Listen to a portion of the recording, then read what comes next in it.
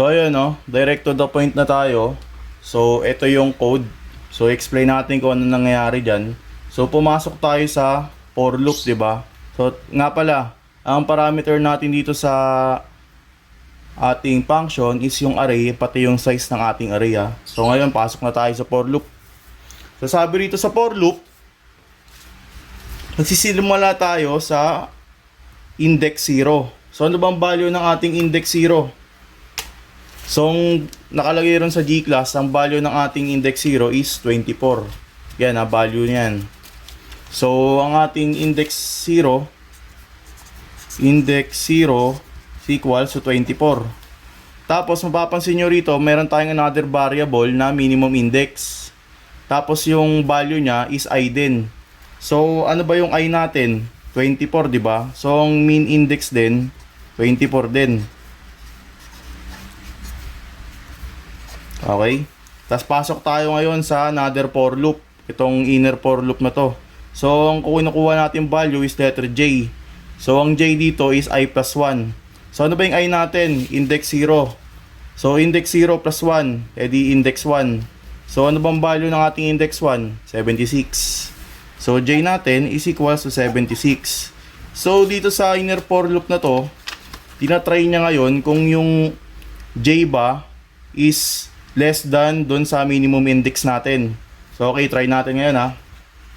Ang current J natin is 76. Okay, 76. Is 76 ba less than kay minimum index natin? So, anong minimum index natin? 24. Okay? So, ano ba siya? Less than ba siya? Hindi. Okay, X siya. So, ngayon, mag-iterate tayo ngayon. Mag-iterate si J. So, yung J natin ay plus 2 na. Sino yung I plus 2 natin? Ang I plus 2 natin is si 43. Okay? So, next naman natin ito-try si 43 naman yung J natin. Ito yung bagong J natin, si 43 na. Si 43 ba less than sa minimum index natin na 24? Hindi pa rin. So, iterate uli siya. Anong kasunod na value? Yung I plus 3. 1. Ito naman, ang bagong J natin na si 1. So, si 1, less than ba siya kay 24? Ha? Correct. Less than siya. Check. So, ang sabi rito, pag yung J natin is less than sa ating minimum index, ang J natin ang magiging bagong minimum index. Okay? So, sabi rito, ang minimum index natin 24.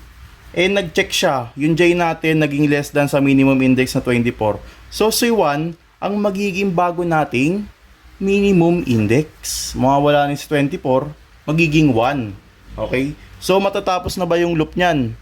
Hindi pa rin. So, itutuloy lang natin yan. So, na tayo natapos sa 1. So, dito naman tayo sa I plus 4. Ito yung bago natin J, itong 80.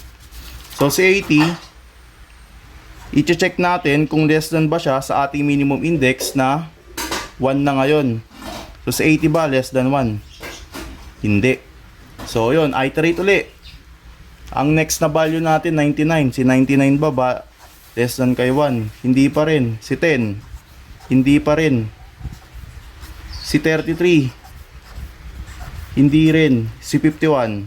Hindi rin. Okay? So, ayun.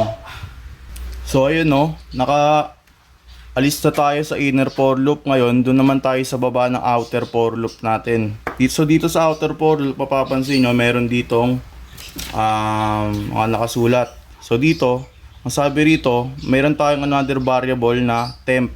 So si temp, kukunin niya yung value ni index 0. So ano ba yung value ni index 0? Ano yung initial value niya? 24. Okay? So, ang ilalagay natin ngayon yung value ni index 0 sa temporary variable. Okay? Tapos, sabi rin dito, si index 0, yung value niya is magiging yung value ng minimum index. So, ano ba yung value ng minimum index natin na nakuha doon sa inner for loop? So, yung nakuha nating value sa inner for loop is 1. So, ang minimum index natin is 1. So, yung bagong value ng index 0 ngayon is 1. Okay? So, sabi rin dito, ang value ng minimum index is yung value ng temporary variable. So, yung bago nating minimum index ngayon is yung value ng temporary value. So, minimum index natin ngayon is 24 pa rin. So ayun no. Nag-iterate na tayo ngayon ng 1 mula sa I. So, kanina, ang chinek natin is yung sa index 0. Ang i-check naman natin ngayon is yung index 1 na mayroong value na 76. Tapos, ang minimum index natin dito na nakuha natin nung unang loop is yung 24.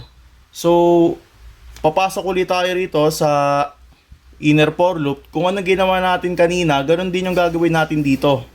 Ang pinagkaiba lang, yung pangalawang index naman yung hinahanapan natin ng value.